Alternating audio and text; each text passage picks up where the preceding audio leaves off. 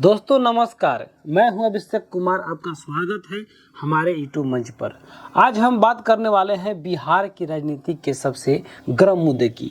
आखिर बिहार का नया गृह मंत्री कौन बनेगा, नीतीश कुमार या फिर भाजपा के सम्राट चौधरी? भैया, चुनाव तो हो चुका है, सरकार बन चुकी है, लेकिन अभी भी पब्लिक में एक ही सवाल घूम रहा है, अंदर क्या चल रहा है। तो आज हम पूरी जानकारी आसान देहाती भाषा में समझाएंगे ताकि गांव टोले हर किसी को समझ में आ जाए। अभी भी राजनीति की स्थिति गंभीर बनी हुई है। देखिए भाई, बिहार में अभी एनडीए की सरकार बनी है। जदयू और भाजपा दोनों साथ साथ चल रहे हैं। नीतीश कुमार 10वीं बार मुख्यमंत्री बन चुके हैं। भाजपा भी अपनी शक्ति बढ़ाने की कोशिश में है। यही वजह है कि सरकार में कौन मंत्री बनेगा और कौन किस कुर्सी पर बैठेगा, इस पर खूब खटपट जैसी चर्चाएं हो रही हैं। सबसे बड़ा सवाल है, गृह मंत्रालय किसके हिस्से में आएगा? गृह मंत्री का पद इतना खास क्यों है, हर कोई जानना चाहता है। अब आप कहोगे हमें गृह मंत्री से क्या मतलब है? अरे भाई, गृह मंत्री का मतलब है पूरा कानून व्यवस्था, यानी कि पुलिस विभाग, अपराध नियंत्रण, दंगा फसाद रोकने का जिम्मा, पूरे बिहार की सुरक्षा, इन सभी पर एक आदमी के हाथ में दिया जाता है। तो आप समझ गए होंगे ये कुर्सी कोई मजाक नहीं है।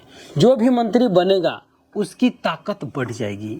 अब बात करते हैं नीतीश कुमार की। नीतीश कुमार बिहार की राजनीति का बहुत अनुभवी चेहरा है। कई बार मुख्यमंत्री, कई बार बड़े विभाग संभाले हैं। प्रशासनिक अनुभव जबरदस्त है। कई लोग कहते हैं इतना अनुभवी आदमी है, गृह मंत्री वहीं बने तो ठीक है। कुछ लोग तो ये भी बोलते हैं कि नीतीश जी का दबदबा बना रहे, इसलिए गृह मंत्रालय उन्हीं को मिलना चाहिए। लेकिन राजनीति में अनुभव के साथ साथ गठबंधन का गणित भी चलता है। अब आइए सम्राट चौधरी पर। भाजपा के बड़े नेता, ओबीसी समाज में उनकी पकड़ बहुत मजबूत है। भाजपा ने उन्हें बिहार में बड़ा नेता बनाया है। बिहार विधानसभा दल का नेता भी नियुक्त किया गया है। भाजपा के लोग कहते हैं हमारी संख्या ज़्यादा है, हमारे नेता को बड़ा विभाग मिलना चाहिए। और सम्राट चौधरी के समर्थक तो खुलकर बोल देते हैं गृह मंत्री का पद भाजपा को ही मिलेगा और सबसे बेहतर चेहरा सम्राट चौधरी ही हैं। मतलब दोनों तरफ अपने अपने लोग तर्क दे रहे हैं। गठबंधन सरकार में एक बात सबसे जरूरी होती है, कुर्सी का बंटवारा बराबर हो। जदयू कहे हमारे पास मुख्यमंत्री हैं लेकिन मंत्री भी बड़े चाहिए। भाजपा कहे भाजपा हमारी सीटें ज्यादा है, हमें भी पावर चाहिए। दोनों की अपनी अपनी मांग सही है, इसलिए गृह मंत्रालय पर तानातानी चल रही है।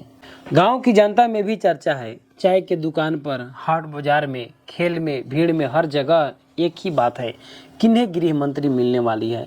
नीतीश जी ठीक है, अनुभव है, कुछ बोले। सम्राट जी आएंगे तो कानून व्यवस्था में शक्ति आएगी। जनता अपनी अपनी राय दे रही है।